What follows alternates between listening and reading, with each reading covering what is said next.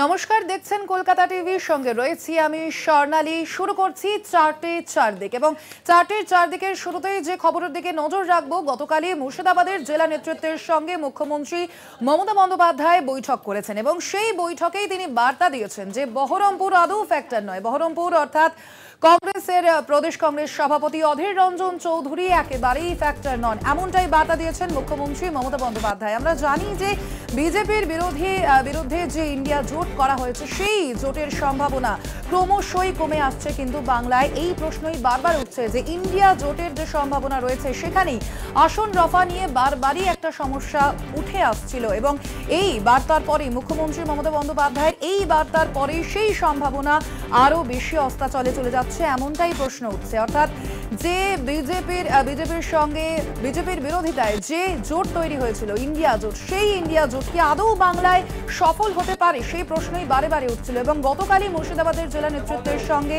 মুখ্যমন্ত্রী মমতা বন্দ্যোপাধ্যায় যে বৈঠক করেন এবং সেই বৈঠকের মধ্যেই তিনি যেমনটা বার্তা দিয়েছিলেন যে বহরমপুর অর্থাৎ অধীর রঞ্জন চৌধুরী লোকসভা ভোটের আগে মোটেই ফ্যাক্টর নয়, এমনটাই বার্তা দিয়েছিলেন মুখ্যমন্ত্রী মমতা বন্দ্যোপাধ্যায়।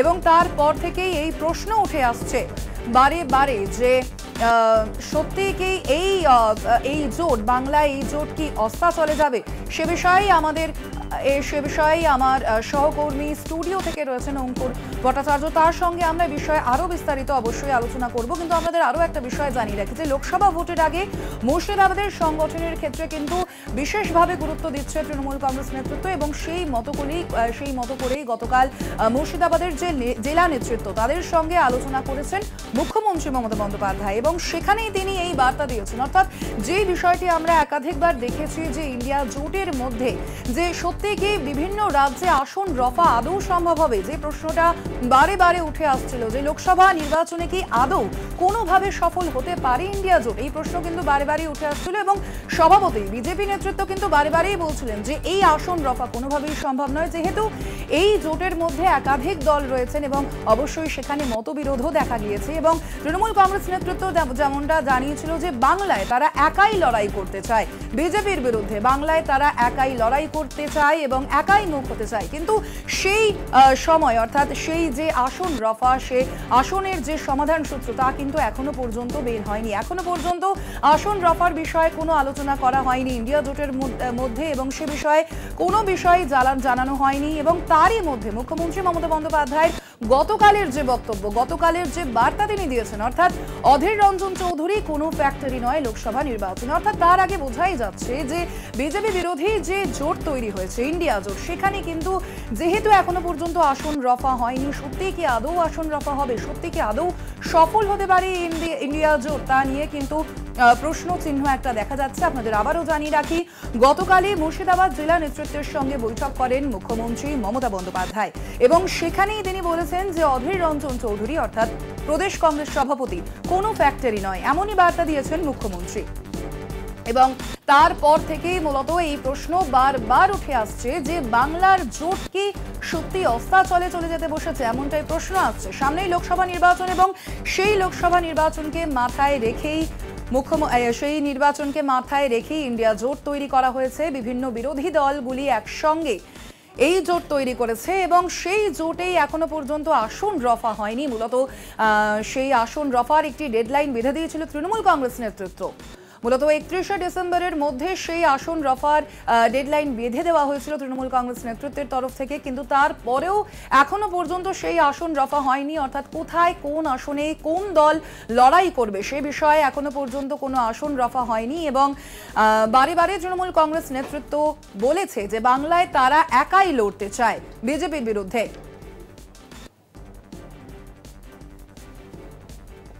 অধীর ফ্যাক্টর নন দলীয় বৈঠকে এমনটাই বার্তা দিয়েছেন মুখ্যমন্ত্রী মমতা বন্দ্যোপাধ্যায়। পাশাপাশি বহরমপুরে প্রার্থী দেওয়ার ক্ষেত্রেও ইঙ্গিত দিয়েছেন মুখ্যমন্ত্রী মমতা বন্দ্যোপাধ্যায়। এ বিষয়ে আমরা আরো বিস্তারিত জানবো। স্টুডিও থেকে রয়েছেন আমার সহকর্মী অঙ্কুর ভট্টাচার্য। অঙ্কুর, যেমনটা আমি বলছিলাম, অর্থাৎ যে মুখ্যমন্ত্রী গতকালই যে বার্তা দিয়েছেন যে অধীর রঞ্জন চৌধুরী আদৌ কিন্তু ফ্যাক্টর নয়, সেক্ষেত্রে কোথাও গিয়ে এই যে ইন্ডিয়া জোটের যে আসন রফা, সেখানে কি অঙ্কটা সত্যি একেবারে নস্যাৎ হয়ে যাচ্ছে কোথাও গিয়ে, কি মনে হচ্ছে অঙ্কুর? বিষয়টা সেই দিকেই এগোচ্ছে, যেটা বিষয় 2024 লোকসভা নির্বাচনের আগে মুখ্যমন্ত্রী মমতা বন্দ্যোপাধ্যায় তৃণমূল কংগ্রেস সুপ্রিমো তিনি জেলাওয়ারি বৈঠক করছেন এবং সেই অনুযায়ী তিনি বৈঠক করার মধ্যে কালকে ছিল মুর্শিদাবাদ জেলা নিয়ে বৈঠক এবং সেখানেই মুখ্যমন্ত্রী মুর্শিদাবাদ জেলার যারা জনপ্রতিনিধি এবং সাংগঠনিক নেতৃত্ব রয়েছেন তাদের উদ্দেশ্যে যে বার্তা দিয়েছেন, অধীর রঞ্জন চৌধুরীর নাম না করেই তার বার্তা যে অধীর রঞ্জন চৌধুরী কোনো ফ্যাক্টর নন, এই বার্তাই দিয়েছেন। এবং সেক্ষেত্রে মুর্শিদাবাদ জেলা নিয়ে মুখ্যমন্ত্রী মমতা বন্দ্যোপাধ্যায় বা তৃণমূল কংগ্রেস তাদের সাংগঠনিক বৈঠক করবে লোকসভা নির্বাচনের আগে এবং সেই নবাবের জেলা অধীর রঞ্জন চৌধুরীর বক্তব্য আসবে না, বিষয়টি আসবে না, সেটা স্বাভাবিক নয়। এবং সেখানে তৃণমূল কংগ্রেস কালকে যে বার্তা দিয়েছে তাতে একটি বিষয় মনে করা হচ্ছে যে রাজ্যে 42টির মধ্যে 42টিতেই প্রার্থী দিতে পারে তৃণমূল কংগ্রেস। তার কারণ গতকাল যখন মুর্শিদাবাদ নিয়ে চর্চা চলছিল সেই সময় একজন তৃণমূল কংগ্রেসের বিধায়ক হুমায়ুন কবির তিনি অধীর রঞ্জন চৌধুরী চ্যালেঞ্জ হতে পারেন বলে একটি তার মূল্যায়ন জানান এবং দলনেত্রী কিন্তু খুব স্পষ্টভাবেই জানিয়ে দেন যে কোনো এইসব মাথা থেকে এই সমস্ত চিন্তা বার করে দিতে হবে এবং যেহেতু এ রাজ্যে তৃণমূল কংগ্রেসই সবচেয়ে বেশি ক্ষমতাশালী দল, যাদের সবচেয়ে বেশি আসন রয়েছে, যাদের ভোট পার্সেন্টেজ সবচেয়ে বেশি, তারাই এ রাজ্যে কিভাবে নির্বাচনে কোন দল প্রার্থী দেবে সেই সংক্রান্ত বিষয়ে শর্ত স্থির করে দেবে তৃণমূল কংগ্রেস। ফলে খুব স্বাভাবিকভাবেই অধীর রঞ্জন চৌধুরীকেই যদি মুর্শিদাবাদ জেলায় চিন্তাভাবনা বিবেচনার মধ্যে তৃণমূল কংগ্রেস না রাখে তাহলে 42টির মধ্যে 42টিতেই যেই প্রার্থী দেবে তৃণমূল কংগ্রেস, সেই বিষয়টিতে খুব স্পষ্ট হয়ে যাচ্ছে যে ইন্ডিয়া জোট আমাদের রাজ্যে সেই অর্থে তাহলে খাটছে না এবং সেক্ষেত্রে বহরমপুরেও প্রার্থী দিতে পারে তৃণমূল কংগ্রেস, এমনই ইঙ্গিত দিয়েছেন। এদিকে একদিকে যেমন কংগ্রেসের ওপর চাপ রাখলেন তৃণমূল কংগ্রেস নেত্রী যাতে তার শর্তেই বাকি জায়গাগুলিতে কংগ্রেস তাদের যে প্রার্থী দেওয়ার ইচ্ছা প্রকাশ করছে সেই দাবি দেওয়া থেকে কংগ্রেস যাতে সরে আসে, কংগ্রেসের যে বার্গেনিং পাওয়ারটা, দর কষাকষির ক্ষমতাটা নেই, সেটা তৃণমূল নেত্রী আরও ভালো করে কংগ্রেস নেতৃত্বর কাছে সেই বার্তাটা পৌঁছে দিতে চাইলেন এবং সেই কারণেই এই বক্তব্য রেখেছেন। এবং খুব স্পষ্টভাবেই জানিয়ে দেওয়া হয়েছে 2019-এর লোকসভা নির্বাচন যদি আমরা দেখি, এমনিতে 1999 থেকে 5 বারের সাংসদ অধীর চৌধুরী, কিন্তু 2019-এর নির্বাচন যদি আমরা দেখি সেখানে অধীর রঞ্জন চৌধুরীর হাত থেকে কিন্তু 7টি যে বিধানসভা আছে তার মধ্যে 3টি বেরিয়ে গিয়েছিল এবং তার পাশাপাশি 4টি বেরিয়ে গিয়েছিল। 2021-এর বিধানসভা নির্বাচনে পুরো জেলাই বলতে গেলে তৃণমূল কংগ্রেসের অধীনে চলে যায়। অন্যদিকে আগে থেকেই জঙ্গিপুর এবং মুর্শিদাবাদ রয়েছে সেই তৃণমূল কংগ্রেসের দখলে। ফলে বঙ্গে ইন্ডিয়া জোটের সম্ভাবনা কার্যত দূর অস্ত বলেই কিন্তু এই মুহূর্তে দাঁড়িয়ে মনে করছে রাজনৈতিক মহল। এবং 2019 এবং 2021 এই 2019-এর লোকসভা এবং 2021-এর বিধানসভা নির্বাচন এই ফ্যাক্টর কিনা যদি আমরা তাকাই তাহলে দেখতে পাবো যে অধীর রঞ্জন চৌধুরী 2019-এ মুর্শিদাবাদ জঙ্গিপুর তৃণমূল কংগ্রেসের দখলে ছিল। এই দুটি জায়গায় খলিলুর রহমান, আবু তাহের তারা সাংসদ হয়েছিলেন, কিন্তু বহরমপুর আসনে একমাত্র মুর্শিদাবাদ জেলার তৃতীয় আসন বহরমপুর আসনে যেতেন অধীর রঞ্জন চৌধুরী। কিন্তু অধীর রঞ্জন চৌধুরী যে জিতেছিলেন সেখানের যে বিধানসভার বিন্যাস, সেই বিন্যাসের দিকেও যদি আমরা তাকাই বহরমপুরের 4টি বিধানসভা কেন্দ্রেই আদতে পিছিয়ে ছিলেন অধীর রঞ্জন চৌধুরী। ফলে তার জয়টাও যে অত্যন্ত মসৃণ ছিল তিনি সেটা কিন্তু ব্যাপারটা নয়। 2014-তে 3 লক্ষ ভোটের বেশি ব্যবধানে জিতেছিলেন অধীর রঞ্জন চৌধুরী, 2019-এ কিন্তু সেই বিষয়টি থাকে না। বহরমপুরের যে সংসদীয় এলাকা তার মধ্যে 7টি বিধানসভার মধ্যে মাত্র 3টি বিধানসভা আসনে এগিয়ে থেকে অধীর রঞ্জন চৌধুরী সাংসদ হয়েছিলেন। ফলে সেই জায়গা থেকে 2021-এর চিত্রটা কিন্তু সেই জন্য অধীর রঞ্জন চৌধুরীর জন্য আরও কষ্টের। তার কারণ বহরমপুর কেন্দ্রের 6টি বিধানসভা আসনেই জয়ী হয় তৃণমূল কংগ্রেস। যে 7টি আসন নিয়ে বহরমপুর লোকসভা আসন গঠিত হয়েছে 7টির মধ্যে 6টি আসনেই জয় পেয়ে যায় তৃণমূল কংগ্রেস। ফলে বহরমপুর লোকসভা কেন্দ্রে অধীর রঞ্জন চৌধুরীকে হারানোটা নিয়ে এই যে চ্যালেঞ্জ বলে অভিমত ব্যক্ত করেছেন হুমায়ুন কবির, তাকে এভাবেই অঙ্ক কষেই নস্যাৎ করে দিচ্ছে তৃণমূল কংগ্রেস। এবং সেই জায়গা থেকে 2019 এবং 2021-এর এই পরিসংখ্যানই কিন্তু তৃণমূল কংগ্রেস বুঝিয়ে দিচ্ছে যে কংগ্রেস এই মুহূর্তে দর কষাকষির জায়গা নেই এবং বহরমপুর কেন্দ্রের একটি যে বিধানসভা আসন ছিল যে 6টি তৃণমূল কংগ্রেসের দখলে, 1টি বিজেপির দখলে। এই মুর্শিদাবাদ কিন্তু একসময় আজকের যিনি বিরোধী দলনেতা শুভেন্দু অধিকারী, তিনি একসময় ওই জেলার পর্যবেক্ষক ছিলেন। ফলে সেইখানে থেকেই কিন্তু তিনি অধীর রঞ্জন চৌধুরীর গড়ে প্রথম আঘাতটা হেনেছিলেন। আজকে সেই জায়গায় অধীর রঞ্জন চৌধুরীর আদৌ সেটা গড় হিসেবে রয়েছে কিনা তা নিয়েই প্রশ্ন তুলে দিচ্ছেন। আমরা একবার আরো বিশদে জানবো। মুর্শিদাবাদে রয়েছেন আমাদের প্রতিনিধি কল্যাণ চন্দ্র, কল্যাণের কাছে চলে যাব সরাসরি। কল্যাণ, জেলার রাজনৈতিক মহল এই যে তৃণমূল কংগ্রেস নেতৃত্বর পক্ষ থেকে তৃণমূল নেত্রী যেভাবে কালকে জানিয়েছেন অধীর রঞ্জন চৌধুরী কোনো ফ্যাক্টর নন বলছেন, সেটা জেলার রাজনৈতিক মহলের কি মূল্যায়ন সার্বিকভাবে? দেখো অঙ্কুর, যে অধীর চৌধুরীকে যেটা বলা হয়েছে যে ফ্যাক্টর নন, অর্থাৎ বহরমপুর লোকসভা যে তৃণমূলের কাছে ফ্যাক্টর নয় সেই ইঙ্গিত দিয়েছেন মমতা বন্দ্যোপাধ্যায়। এবং এরপরে রাজনৈতিক মহল, জেলা তো বটেই, রাজ্য রাজনৈতিক মহল তোলপাড়। কারণ মুর্শিদাবাদের বিশেষ করে যে কংগ্রেস রয়েছে, মুর্শিদাবাদের জেলা কংগ্রেস, তাদের বক্তব্য যে অধীর চৌধুরী কি ফ্যাক্টর না, সেটা কিন্তু বুঝিয়ে দেওয়া হয়েছে বাই ইলেকশনে। কোথাকার সাগরদিঘির উপনির্বাচনে অধীর চৌধুরী বুঝিয়ে দিয়েছিলেন তিনি ফ্যাক্টর, কারণ তিনি তৃণমূলকে সেখানে পর্যদুস্ত করেছিলেন। সেখানে কংগ্রেসের জয় হয়েছিল, কংগ্রেসের বাইরন বিশ্বাস জয় হয়েছিল, যার ফলে অধীর চৌধুরী একটা ফ্যাক্টর। এবং সেই ফ্যাক্টর কিন্তু শুরু করেছেন অধীর চৌধুরী সাগরদিঘি দেখিয়ে। এরকমটাই দাবি কংগ্রেসের। কংগ্রেসের আরও বক্তব্য, অধীর চৌধুরী যদি ফ্যাক্টর না হতেন তাহলে তার প্রসঙ্গ উঠতো না। কিন্তু বিষয় যেটা হচ্ছে যে মমতা বন্দ্যোপাধ্যায়, তুমি জানো যে ইন্ডিয়া জোটের সময় 2টো আসন এ রাজ্যে ঘোষণা করেছিলেন বা দিতে চেয়েছিলেন, কিন্তু তারপরে অধীর চৌধুরী একাধিকবার বহরমপুরে বসে সাংবাদিকদের মুখোমুখি হয়ে তিনি কিন্তু প্রত্যেকবার বলে গেছেন যে তৃণমূলের তিনি দয়া দাক্ষিণ্য চান না এই বিষয়। এমনকি অধীর চৌধুরী এটাও বলেছিলেন যে তিনি মুখ্যমন্ত্রী মমতা বন্দ্যোপাধ্যায়কে চ্যালেঞ্জ করছেন বহরমপুরে দাঁড়াতে, যার ফলে কিন্তু তৃণমূল, জেলা তৃণমূলের বক্তব্য যে একের পর এক যেখানে জোট হবে, যেখানে ইন্ডিয়া জোট, যেখানে বিজেপিকে পরাস্ত করতে গোটা দেশে ইন্ডিয়া জোট হচ্ছে, সেখানে অধীর চৌধুরী এরকম বিরূপাচরণ বা অধীর চৌধুরী ধরনের বক্তব্য কোনোভাবেই প্রাসঙ্গিক যেমন নয়, তেমনি স্বাভাবিকভাবে তাদেরকে আক্রমণ করা হচ্ছে তৃণমূলের বক্তব্য ছিল। এবং গতকালের এই বৈঠকে বিশদ আলোচনা হয়, তারপরেই তৃণমূল নেত্রী বলেন যে বহরমপুর কোনো ফ্যাক্টর নয়। এখন ফ্যাক্টর যে নয় এর যদি তুমি অঙ্ক দেখো তাহলে হচ্ছে যে 2021-এর যে বিধানসভা ভোট, সেই বিধানসভা ভোটে 7টা বিধানসভা বহরমপুর লোকসভার মধ্যে পড়ে। সেই বিধানসভার কিন্তু 1টি আসনও কংগ্রেস পায়নি। এমনকি বহরমপুর যে অধীর চৌধুরীর গড় বলে পরিচিত, যেখানে মনোজ চক্রবর্তী একাধিকবার কংগ্রেসের বিধায়ক হয়েছেন, সেই মনোজ চক্রবর্তীকে হারিয়ে কিন্তু বিজেপি আসনটি কেড়ে নিয়েছে, যার ফলে কংগ্রেসের যে ফ্যাক্টর নয় সেটা একটা স্পষ্ট। 1, 2 হচ্ছে তৃণমূলের বক্তব্য, তৃণমূলের দাবি যে গত বিধানসভা ভোটে 4,23,000 ভোটে কংগ্রেসের চেয়ে এগিয়েছিল তৃণমূল, এবং বিজেপির চেয়ে 2,45,000 কি 43,000 এরকম একটি ভোটে এগিয়েছিল তৃণমূল। কিন্তু বিষয় যেটা হচ্ছে, তাহলে বোঝা যাচ্ছে যে বহরমপুর লোকসভায় বিজেপির পরে কংগ্রেস এবং অধীর চৌধুরীর কংগ্রেস, যার ফলে অধীর চৌধুরী একটা ফ্যাক্টর নয় সেটা কিন্তু বুঝিয়ে দিয়েছেন তৃণমূল নেত্রী।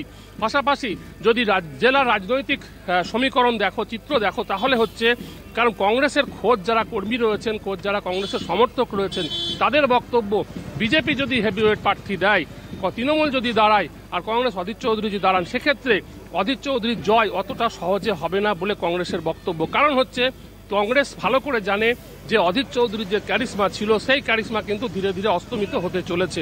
একদিকে যেমন কেন্দ্রে নেই কংগ্রেস, পাশাপাশি রাজ্য নেই। সুতরাং অধীর চৌধুরী উচিত ছিল তৃণমূলের সঙ্গে বা এই ইন্ডিয়া জোটে সামিল হওয়া। যদিও কংগ্রেসের দাবি, জেলা কংগ্রেসের দাবি যে কংগ্রেস শুধুমাত্র বহরমপুর আর মালদা নয়, তারা বিভিন্ন আসনে, অর্থাৎ লোকসভার বিভিন্ন আসনে জয়ী হওয়ার তারা ক্ষমতা রাখে, যার ফলে 2টি মাত্র আসন নয়, তাদের আসন 10 বা 12 বা একাধিক। এখন এই দাবি কংগ্রেসের যে দাবি, সেই কংগ্রেসের দাবি যে কোনোভাবেই তৃণমূল মেনে নিচ্ছে না, তার কারণ হচ্ছে রাজনৈতিক বিশ্লেষণ এবং রাজনৈতিক অঙ্ক। যে অঙ্কে কিন্তু খোদ বহরমপুর শহরেই বা বহরমপুর লোকসভাতেই কংগ্রেস অনেক পিছিয়ে, যার ফলে অন্যান্য লোকসভায় কংগ্রেসের জয়ের প্রশ্নই আসে না।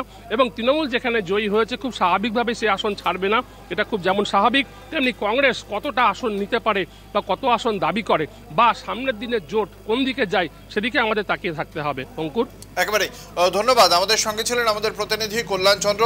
এই বিষয় নিয়ে খুব স্বাভাবিকভাবে রাজনৈতিক মহলেও চর্চা চলছে।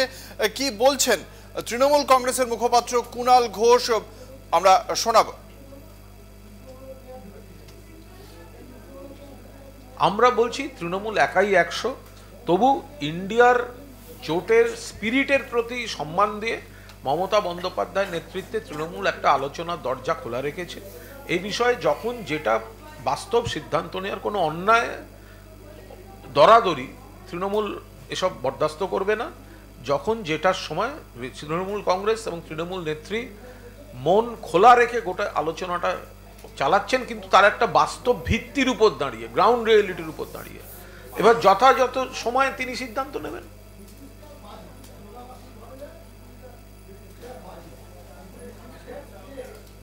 কি বলছেন কংগ্রেসের প্রাক্তন বিধায়ক মনোজ চক্রবর্তী, আমরা শোনাবো।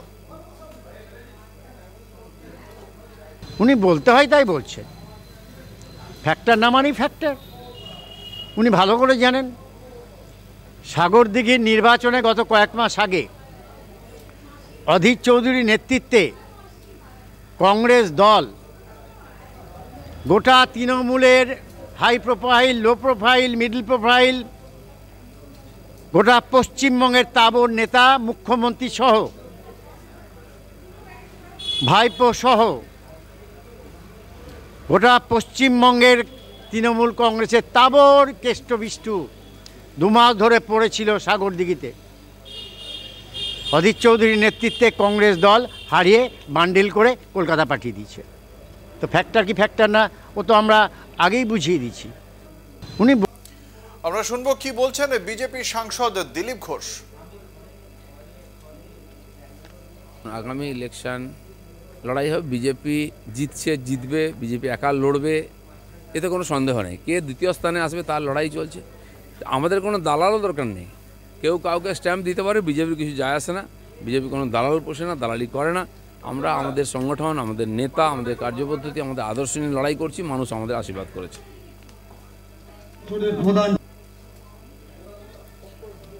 শুনলাম বিভিন্ন রাজনৈতিক দলের বক্তব্য। এবার আবারও আমরা ফিরে যাব নিউজ রুমে স্বর্ণালীর কাছে।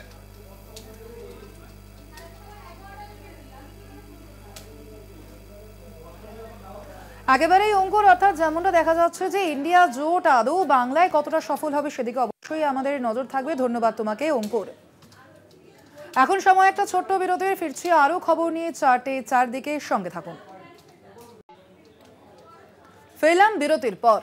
ফের প্রকাশ্যে ব্যারাকপুরের সাংসদ বিধায়ক দ্বন্দ্ব, সংঘাতে সোমনাথ শ্যাম এবং অর্জুন সিং। জগদ্দলের জনসভা থেকে অর্জুন সিংকে আক্রমণ সোমনাথ শ্যামের। মাদক পাচারের সঙ্গে যুক্ত অর্জুন সিং, অভিযোগ সোমনাথ শ্যামের। জবাব এড়িয়ে গিয়েছেন অর্জুন সিং। मीडिया भाइयों से कि जरा पूछिएगा वो सादा पोशाक से कि नेपाल बॉर्डर पर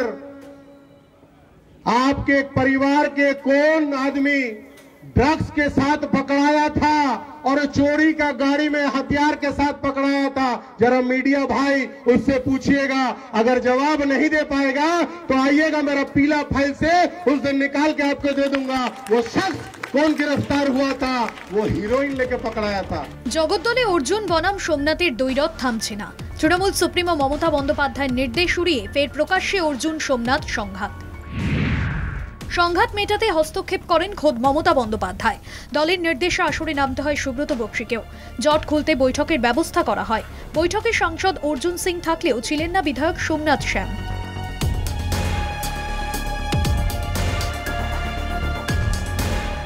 শুক্রবার জগদ্দলের নিহত তৃণমূল কর্মী ভিকি যাদবের স্মরণ সভা থেকেও ব্যারাকপুর লোকসভা কেন্দ্রের সাংসদ অর্জুন সিংকে কড়া ভাষায় আক্রমণ শানান সোমনাথ। যে নেপাল বর্ডারে কে বা কে অ্যারেস্ট হয়েছিল 2005 কিংবা 6-এ, চুরির গাড়ি, হিরোইন নিয়ে এবং আর্মস নিয়ে, সেটা রাজনৈতিক মহলে কাউকে জিজ্ঞাসা করুন, তারা উত্তর দেবেন। না পেলে হলুদ ফাইল থেকে খুলে আপনাদের দেখিয়ে দেবো। সোমনাথের কটাক্ষের জবাব দেননি অর্জুন, উত্তর এড়িয়ে যান। जब कोई काम अच्छा करे तो उसको प्रचार भी अच्छा करे। हमारे मीडिया के लोग जो यहाँ उपस्थित हैं ये अच्छे कामों का प्रचार करें, कबूतरबाजी का प्रचार कम करें, थोड़ा अच्छा रहे। এটা আমাদের দলের সভাপতি সুব্রত বক্সি দেখছে, নিশ্চিতভাবে রোকা যাবে। একটু আমি জানি না কেন বলছে, কি ব্যাপার, আমি নর্থকে এটা দেখিও না, কিন্তু আমাদের যেহেতু লিডার সুব্রত বক্সি আমাদের সবার অত্যন্ত সিনিয়র, তিনি নিজে দেখছেন, আমি আশা করি এটা মিটে যাবে। তবে সোমনাথ শ্যাম কোন হলুদ ফাইল খোলার হুঁশিয়ারি দেন তা পরিষ্কার করে জানাননি। জগদ্দল থেকে শুভজিৎ সিং এর রিপোর্ট, কলকাতা টিভি। এ বিষয়ে আমরা আরো বিস্তারিত জানবো। সরাসরি রয়েছেন আমাদের প্রতিনিধি শুভজিৎ সিং। শুভজিৎ, যেমনটা আমরা দেখতে পাচ্ছি, অর্থাৎ মুখ্যমন্ত্রী মমতা বন্দ্যোপাধ্যায়ের বার্তার পরও কিন্তু সোমনাথ এবং অর্জুনের যে দ্বন্দ্ব সেটা চলছে, সেক্ষেত্রে লোকসভা নির্বাচনের আগে আদৌ কি এই দ্বন্দ্ব শেষ হবে?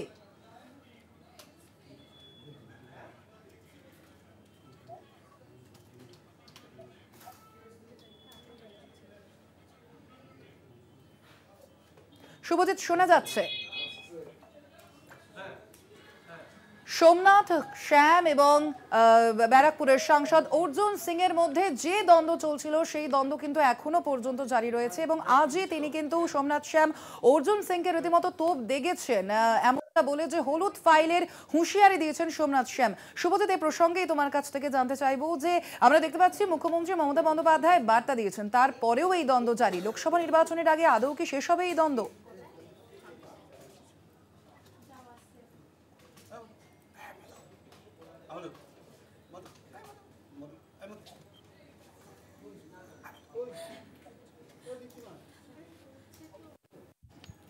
সোমনাথ, শ্যাম এবং সাংসদ অর্জুন সিং এর যে দ্বন্দ্ব, সেটাকে সত্যি লোকসভা বিধানসভার যে ঘটনা, জগদ্দল বিধানসভা কেন্দ্রের বিধায়ক সোমনাথ, শ্যাম এবং তার সঙ্গে যে ব্যারাকপুরের সাংসদ অর্জুন সিং এর দ্বন্দ্বটা কিন্তু দীর্ঘদিন ধরে চলছিল।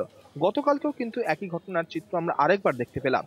এক জগদ্দলের এক মঞ্চ থেকে, অর্থাৎ বিকি যাদব যিনি খুন হয়েছিলেন, জগদ্দলের তৃণমূল কর্মী, সেই খুনের ঘটনার পরে বিকি যাদব একটি স্মরণ সভা হয়, সেই স্মরণ সভা থেকে কিন্তু লাগাতার আক্রমণ করতে থাকেন সাংসদ অর্জুন সিং এর বিরুদ্ধে বিধায়ক সোমনাথ, শ্যাম। এবং সেই ঘটনার পরে পাল্টা আজ বিধায়ককে রীতিমতো কড়া ভাষায় কিন্তু আক্রমণ শানাতেও কিন্তু ছাড়লেন না ব্যারাকপুর লোকসভা কেন্দ্রের সাংসদ অর্জুন সিং।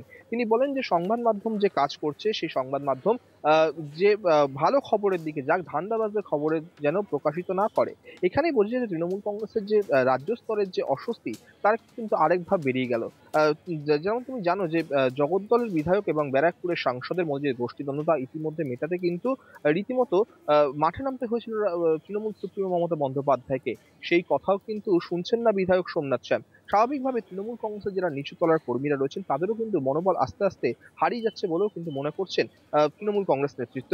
অঙ্কুরদা, একেবারে শুভজিৎ, অর্থাৎ সামনেই লোকসভা নির্বাচন আর তার আগে যে সাংসদ এবং বিধায়কের যে দ্বন্দ্ব দেখছে তৃণমূল কর্মী সমর্থকরা, তার জন্য কিন্তু অবশ্যই মনোবলও তাদের অনেকটাই কমে যাচ্ছে। ধন্যবাদ তোমাকে শুভজিৎ।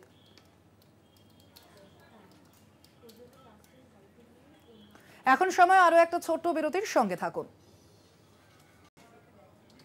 ফেরলাম বিরতির পর। সন্দেশখালী ঘটনার 16 দিন পার, এখনো বেপাত্তা শাহজাহান।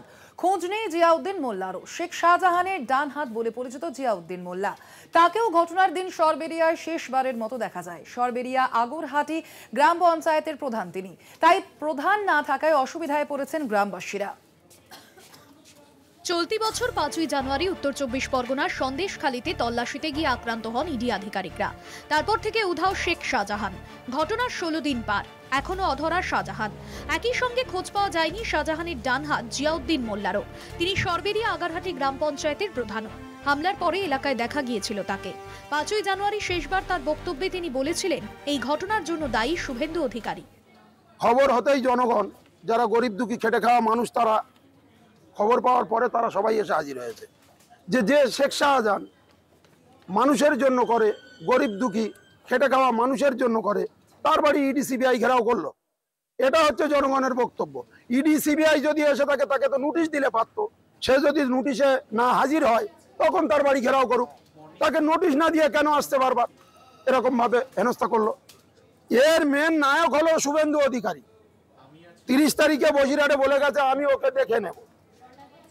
বিজেপির অঙ্গুলি হেলনে, বিরোধী দলনেতার অঙ্গুলি হেলনে আজকের ইডি সিবিআই এসছে। প্রধান নেই, তাই পঞ্চায়েতে জরুরি পরিষেবা থেকে বঞ্চিত হচ্ছেন সাধারণ মানুষ। হ্যাঁ, এসে ফিরে যাচ্ছি। আজ 6 মাস আগে লক্ষ্মী ভান্ডার জমা দিয়েছি, মেসেজ এসে আইডি নাম্বার এসছে, কিন্তু লক্ষ্মী ভান্ডার টাকা পাচ্ছি না। আরে প্রধান তো নেই। প্রধান তো নেই, প্রধানকে এসে বারবার ঘুরে যাচ্ছি, পাচ্ছি। ইতিমধ্যেই সিট তৈরি হয়েছে। রাজ্য পুলিশ ও সিবিআই আধিকারিকদের নিয়ে তৈরি হয়েছে সিট। এবার কি তাহলে ধরা পড়বে শাহজাহান বা জিয়াউদ্দিন?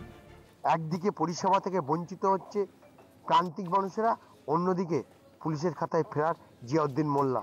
সব মিলিয়ে সময় যত যাচ্ছে রহস্য তত ঘনীভূত হচ্ছে। সন্দেশখালী থেকে সঞ্জিত চক্রবর্তী, কলকাতা টিভি। এ বিষয়ে জানবো, সরাসরি রয়েছেন সঞ্জিত চক্রবর্তী সন্দেশখালী থেকে আমাদের প্রতিনিধি। সঞ্জিত, যেমনটা দেখা যাচ্ছে যে হাইকোর্টের নির্দেশের পরেও কিন্তু সেট গঠন হয়ে গেছে, কিন্তু এখনো পর্যন্ত অধরাই শেখ শাহজাহান, পাশাপাশি নিখোঁজ হয়ে রয়েছেন তার যে ঘনিষ্ঠ জিয়াউদ্দিন মোল্লাও। কি জানা যাচ্ছে? যখন 16 দিন কেটে যাওয়ার পরেও কিন্তু এখনো অধরা শেখ শাহজাহান। আমি যেখানে দাঁড়িয়ে রয়েছি সন্দেশখালী আকঞ্জে পাড়ার যে মোড়, যেখানে শেখ শাহজাহানের বাড়িতে ইতিমধ্যে তুমি জানো হাইকোর্টের নির্দেশে অর্থাৎ প্রধান বিচারপতি জয়সেন গুপ্তের নির্দেশে 3টে জায়গায়, 3টে শেখ শাহজাহানের যে 3টি প্রিমিসের জায়গা রয়েছে, সরবেরিয়া, মাছের আড়ত, এখানে 3টে সিসিটিভি ক্যামেরা লাগানো হয়েছে।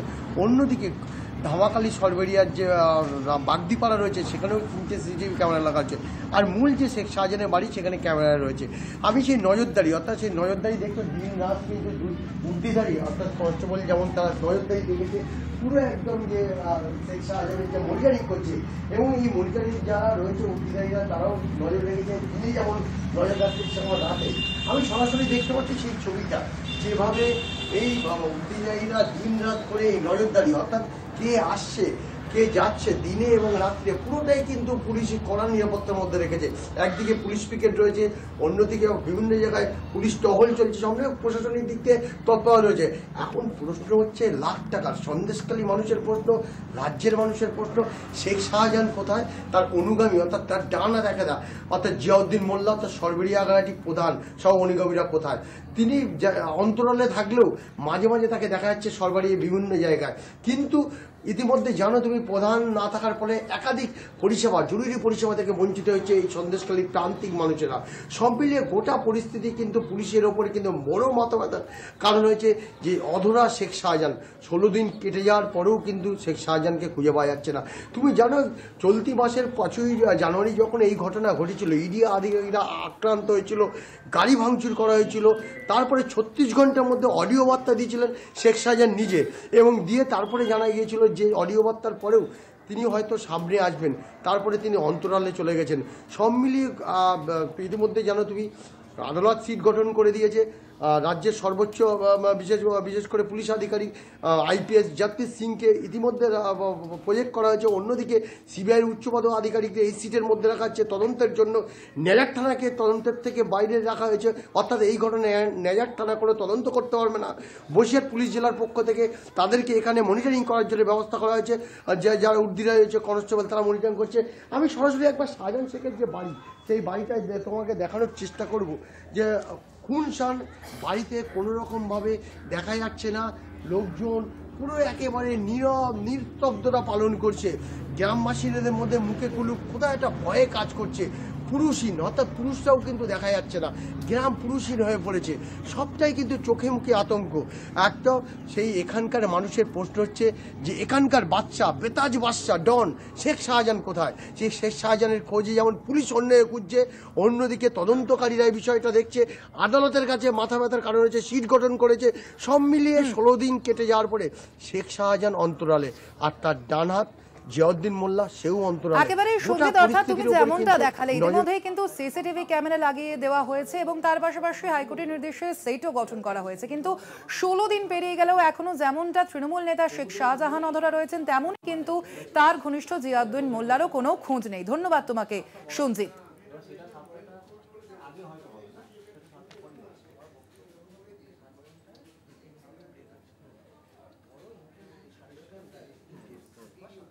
এবার আমরা নজর রাখবো রাহুল গান্ধীর ভারত জোড়ো ন্যায় যাত্রার দিকে। আজ 7ম দিনে পড়েছে রাহুল গান্ধীর ভারত জোড়ো ন্যায় যাত্রার, এবং 25শে জানুয়ারি পর্যন্ত আসামি ন্যায় যাত্রা চলবে। এবং সেখান থেকে এই রাহুল গান্ধীর যে ভারত জোড়ো ন্যায় যাত্রা তার একমাত্র সফর সঙ্গী বাংলা চ্যানেল কলকাতা টিভি, এবং সেই ছবি তুলে ধরছেন আমাদের বিশেষ প্রতিনিধি সুচন্দ্রিমা। এবং মূলত 14ই জানুয়ারি থেকে শুরু হয়েছে রাহুল গান্ধীর এই ভারত জোড়ো ন্যায় যাত্রা, জনসংযোগ যাত্রা। এটি দ্বিতীয় পর্যায়, এবং যেমনটা জানা গেছে যে 15টি রাজ্য তিনি অতিক্রম করবেন, মূলত 110টি জেলা তিনি অতিক্রম করবেন। রাহুল গান্ধীর এই ভারত জোড়ো ন্যায় যাত্রা 25শে জানুয়ারি রাতে আলিপুর দুয়ারে ঢুকবে রাহুল গান্ধীর ভারত জোড়ো এই ন্যায় যাত্রা। এবং সে বিষয়ে আমরা সে বিষয়ে আমরা বিস্তারিত জানবো। সরাসরি রয়েছেন আমাদের বিশেষ প্রতিনিধি সুচন্দ্রিমা। সুচন্দ্রিমা, এই মুহূর্তে এখন রাহুল গান্ধীর এই ভারত জোড়ো ন্যায়যাত্রা ঠিক কোথায় রয়েছে এবং এর পরবর্তীতে কবে ঠিক পশ্চিমবঙ্গে ঢুকবে রাহুল গান্ধীর এই ভারত জোড়ো ন্যায়যাত্রা, কি জানা যাচ্ছে?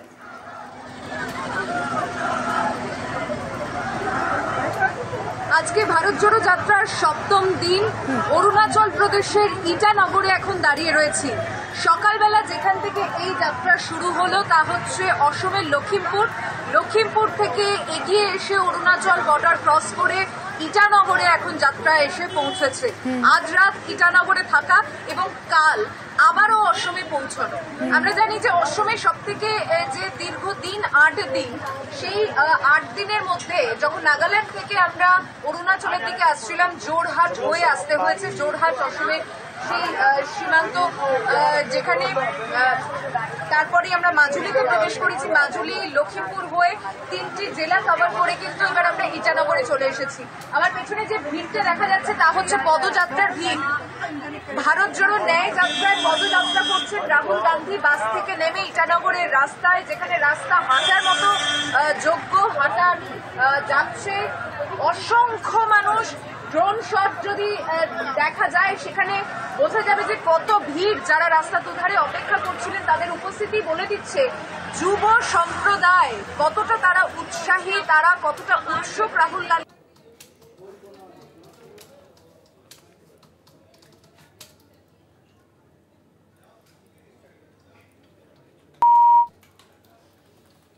সেখান থেকে ইটানগর থেকে সরাসরি ছিলেন আমাদের বিশেষ প্রতিনিধি সুচন্দ্রিমা, এবং তিনি যেমনটা দেখাচ্ছিলেন যে আপনারা দেখতেই পাচ্ছেন যে রাহুল গান্ধীর যে ভারত জোড়ো ন্যায়যাত্রা তা নিয়ে কিন্তু যথেষ্ট উৎসাহ চোখে পড়ছে জনসাধারণের মধ্যে। এবং তিনি যেমন আমাদের বিশেষ প্রতিনিধি সুচন্দ্রিমা যেমনটা আমাদের জানাচ্ছিলেন যে যুবদের উৎসাহ কিন্তু একেবারেই স্বভাবতই চোখে পড়ছে রাহুল গান্ধীর এই ন্যায়যাত্রার মধ্যে। এবং আমরা আবারও চলে যাব আমাদের প্রতিনিধি সুচন্দ্রিমার কাছে। সুচন্দ্রিমা, তুমি যেমনটা জানাচ্ছিলে, একদমই আমি দেখাতে চাইবো সেই ভিড়টা। একদিকে বাস দাঁড়িয়ে রয়েছে, রাহুল গান্ধী যে বাসে করে আসছিলেন এবার ইটানগরে প্রবেশ করেই যে চৌরাস্তা সেখান থেকে তিনি পদযাত্রা করছেন। 2 কিলোমিটারের এই পদযাত্রা, তারপরে যাত্রাস্থল যেখানে শেষ হবে সেখানে একটি পাবলিক মিটিং করার কথা রাহুল গান্ধী।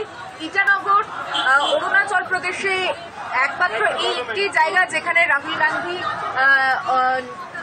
আজকে এসেছেন ভারত জোড়ো ন্যায় যাত্রায়। সেখানকার মানুষকে তিনি কি বার্তা দেন সেটা যেমন আমরা শোনার জন্য অপেক্ষায় রয়েছি, কারণ প্রত্যেক জায়গায় স্থানীয় সমস্যা, আঞ্চলিক সমস্যাকে যথেষ্ট গুরুত্ব দিচ্ছে। সেখানকার মানুষের ভাবনা ছিল তাদের মূল সমস্যা, সেটা বেকারত্ব হোক, সেখানে মূল্যবৃদ্ধি হোক, প্রত্যেকটা ইস্যু কিন্তু এখানে শুধুমাত্র কোনো ধর্মের নামে নয়, এখানে মানুষের দৈনন্দিন জীবনের সমস্যাগুলো তিনি শুনছেন। এবং কংগ্রেস সেই সমস্যাগুলোকে আগামী দিনে লোকসভা নির্বাচনের আগে তাদের রাজনৈতিক কৌশলে নিশ্চয়ই সেটা মাথায় রেখেই, যদিও পদযাত্রা রাজনৈতিক নয় কিন্তু সামনের নির্বাচনের আগে প্রত্যেক রাজ্য বা জেলাতেই যখন তিনি যাচ্ছেন, যেমন অসমে বিজেপির এই যে যাত্রার প্রতি এতটা উদাসীনতা এবং তারা যে পরিমাণে প্রতিকূলতা সৃষ্টি করছে, যে পরিমাণে বাধার সৃষ্টি করছে, সেই ছবি অন্যান্য রাজ্যে, কারণ অসমের এখনো একটা অংশ বাকি রয়েছে। যেমনটা বললে যে 25 তারিখ বাংলায় প্রবেশ করছে, কিন্তু 26, 27 দুদিন যাত্রা স্থগিত করা হয়েছে, যাত্রা বন্ধ থাকবে এই দুদিন। রাহুল গান্ধী দিল্লি যাবেন সাধারণতন্ত্র দিবস, এবং সেই দুদিনের পরে 28 তারিখ থেকে যখন যাত্রা শুরু হবে তা আমাদের বাংলা থেকে আলিপুরদুয়ার, 28 তারিখ সকাল থেকে আলিপুরদুয়ার থেকে যাত্রা শুরু হবে। আলিপুরদুয়ার, কোচবিহার, শিলিগুড়ি, মালদা, মুর্শিদাবাদ এবং মাঝখানে কিছুটা অংশ বিহারেরও রয়েছে। তাই যাত্রা পথে এই যে আশেপাশের যে মানুষজন তাদের উপস্থিতি দিনে দিনে যেমন বাড়ছে, মণিপুর থেকে শুরু করেছেন যাত্রার সঙ্গে বা গাড়িতে করে আসছেন, তারা কিন্তু মুম্বাই পর্যন্ত একবার 20 মাস কি তারও বেশি হয়তো যেতে পারে সেই দিন সংখ্যা, তারপরে তারা এগিয়ে যাবেন এবং যাত্রা পথে মানুষের সমস্যার সঙ্গে শুনতে যাচ্ছে। যে ছবি এখন দেখা যাচ্ছে তা এই মিডিয়া ভ্যান থেকে হয়তো একটা অংশ, কিন্তু ড্রোন শট যদি দেখো, যদি ভিড়টা দেখো, নেতৃত্বের উপস্থিতি বলে দিচ্ছে যে তারা কতটা উৎসাহী এই যাত্রায় অংশ নেওয়ার জন্য। একেবারে সুচন্দ্রিমা, অর্থাৎ তুমি যেমনটা বলছো যে আমরা দেখতেও পাচ্ছি যে জনসংযোগ কিন্তু যথেষ্টই তৈরি হয়েছে এবং জনসাধারণ কিন্তু তারাও কিন্তু রাহুল গান্ধীর এই যে ভারত জোড়ো ন্যায় যাত্রা তাকে কিন্তু যথেষ্টই সেখানে কিন্তু সাড়া পেতে দেখা যাচ্ছে। আমরা যেমনটা দেখেছিলাম ভারত জোড়ো যাত্রায় সেরকমই কিন্তু সাড়া পেতে দেখা যাচ্ছে ভারত জোড়ো ন্যায় যাত্রার ক্ষেত্রে। ধন্যবাদ তোমাকে সুচন্দ্রিমা।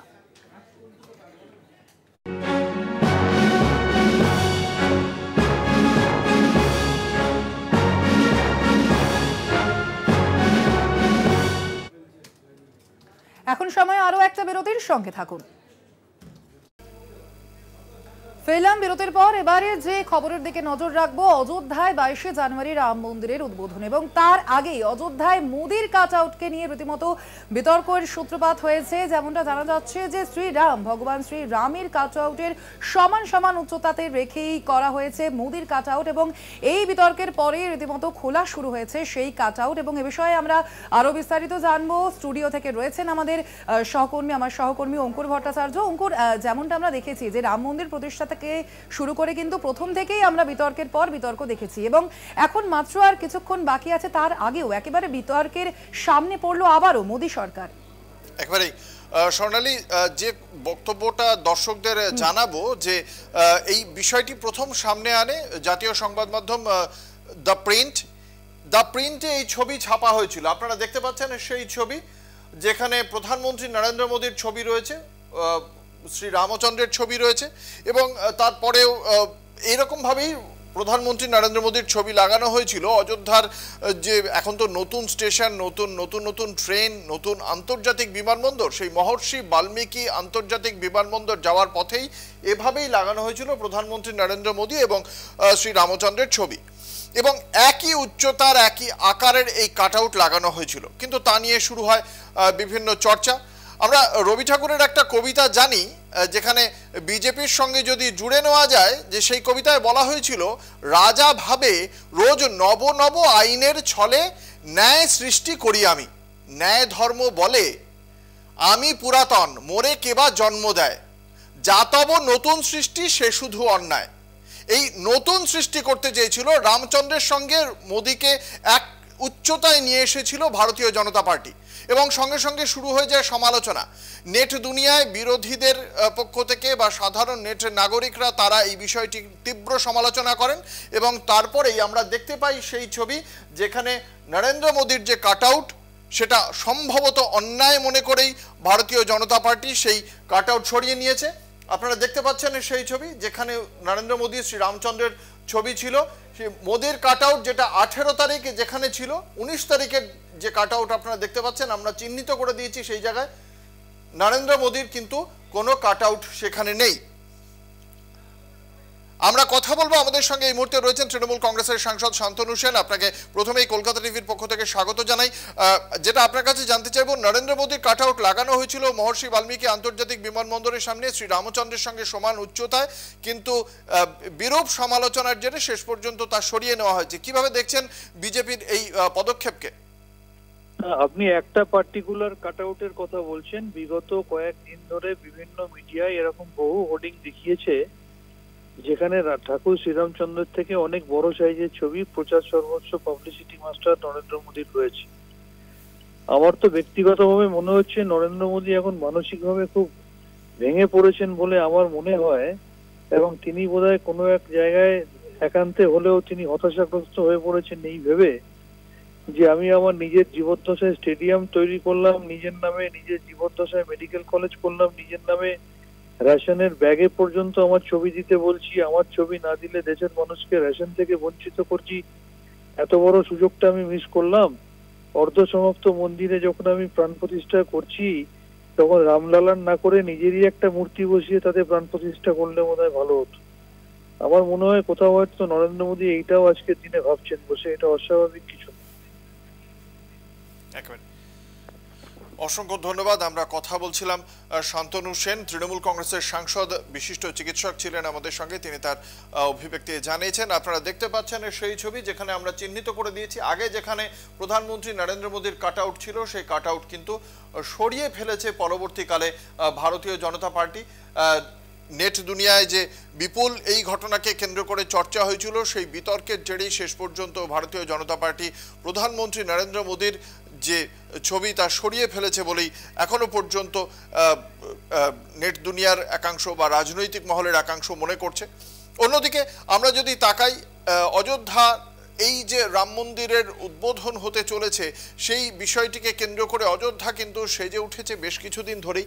একদিকে যেমন নতুন নতুন ট্রেন, বিমানবন্দর, আন্তর্জাতিক বিমানবন্দর হয়েছে, তার পাশাপাশি অযোধ্যা জুড়ে রাস্তার দুদিকে ফুল গাছ লাগানো থেকে শুরু করে মন্দিরের অভিমুখে যে সমস্ত বাড়ি রয়েছে, সেই যে মূল যে রাস্তা, সেই প্রত্যেকটি বাড়ির মাথায় সেখানে গেরুয়া পতাকা লাগানো থেকে শুরু করে ইতিমধ্যেই 400 কেজি ওজনের তালাও এসে গিয়েছে। ইতিমধ্যেই আপনারা দেখতে পাচ্ছেন সেই তালা এবং চাবি বয়ে নিয়ে যাচ্ছেন বিভিন্ন হিন্দুত্ববাদী সংগঠনের যারা শীর্ষে রয়েছেন তারা, এবং এই রাস্তা জুড়ে বিপুল নিরাপত্তার বন্দোবস্ত করা হয়েছে, কারণ দেশ বিদেশের অতিথিরা আসবেন। প্রায় 8000 অতিথি আসতে চলেছেন 22 তারিখ, এবং সেই অতিথিদের মধ্যে 7000ই ভিভিআইপি বলেই এখনো পর্যন্ত খবর। ফলে খুব স্বাভাবিকভাবেই এই নিরাপত্তারও একটা প্রচণ্ড প্রয়োজন রয়েছে, খুব স্বাভাবিক। আমরা আবারও ফিরে যাব নিউজ রুমে স্বর্ণালীর কাছে। একেবারেই অঙ্কুর, অর্থাৎ একদিকে বিতর্ক রয়েছে এবং অন্যদিকে 22শে জানুয়ারি কিন্তু রাম মন্দিরের উদ্বোধনী রয়েছে। ধন্যবাদ তোমাকে অঙ্কুর, এবং আসবো পরবর্তী খবরে। 22শে জানুয়ারি অযোধ্যায় রাম মন্দির উদ্বোধন রয়েছে। ওই দিনই রাজ্যের সংহতি মিছিলে হাঁটবেন মুখ্যমন্ত্রী মমতা বন্দ্যোপাধ্যায়। সর্বধর্ম সমন্বয়ের বার্তা দিতেই মুখ্যমন্ত্রীর এই মিছিল। কালীঘাটের মন্দিরে পুজো দিয়ে ওই মিছিলের সূচনা করবেন মুখ্যমন্ত্রী। রাজ্যের নেতৃত্ব নয়, মিছিলের সামনের সারিতে থাকবেন বিভিন্ন মন্দির, মসজিদ, গির্জা এবং গুরুদুয়ারের প্রতিনিধিরা। দেখা যাক কোন পথে যাবে এই সংহতি মিছিল। 22শে জানুয়ারি কলকাতায় সর্বধর্ম সমন্বয়ের লক্ষ্যে সংহতি মিছিলে পা মেলাবেন মুখ্যমন্ত্রী মমতা বন্দ্যোপাধ্যায়। কালীঘাট মন্দিরে পুজো দিয়ে শুরু হবে এই সংহতি মিছিল। কালীঘাট থেকে হাজরা পার্ক হয়ে পার্ক সার্কাস ময়দান পর্যন্ত এই মিছিলে সামিল হবেন বিভিন্ন ধর্মীয় সম্প্রদায়ের মানুষজন। তাতে পুরোহিত, মুয়াজ্জেম, ফাদার, এমনকি গুরুদুয়ারের প্রতিনিধিরাও তারাও কিন্তু সমানভাবে এই সর্বধর্ম সমন্বয়ের লক্ষ্যে সংহতি মিছিলে পা মেলাবেন। আর তার সঙ্গে থাকবেন বহু সাধারণ মানুষ। সব মিলিয়ে এই সংহতি মিছিলকে ঘিরে কালীঘাট মন্দির থেকেই শুরু হবে এক শুভ সূচনা। এছাড়া রাস্তায় যে সমস্ত ধর্মীয় স্থান রয়েছে, মন্দির রয়েছে, মসজিদ রয়েছে বা গুরুদুয়ারা রয়েছে, সেই সমস্ত জায়গায় প্রার্থনা করবেন মুখ্যমন্ত্রী মমতা বন্দ্যোপাধ্যায়। এই গুরুদুয়ার থেকে শুভেচ্ছা নিয়ে এবং এই গুরুদুয়ারে প্রার্থনা জানিয়ে আবারও সেই সংহতি মিছিল গিয়ে পৌঁছবে পার্ক সার্কাস ময়দানের কাছে। সবশেষে পার্ক সার্কাস ময়দানে সর্বধর্ম সমন্বয়ের লক্ষ্যে হবে এক সভা। সেখানেও বক্তব্য রাখবেন মুখ্যমন্ত্রী মমতা বন্দ্যোপাধ্যায়। ক্যামেরায় আনন্দ চক্রবর্তীর সঙ্গে সত্যসুন্দর ভট্টাচার্য, কলকাতা টিভি। 4টে 4 দিক আজ এ পর্যন্তই। দেখতে থাকুন কলকাতা টিভি, রাত দিন 7 দিন।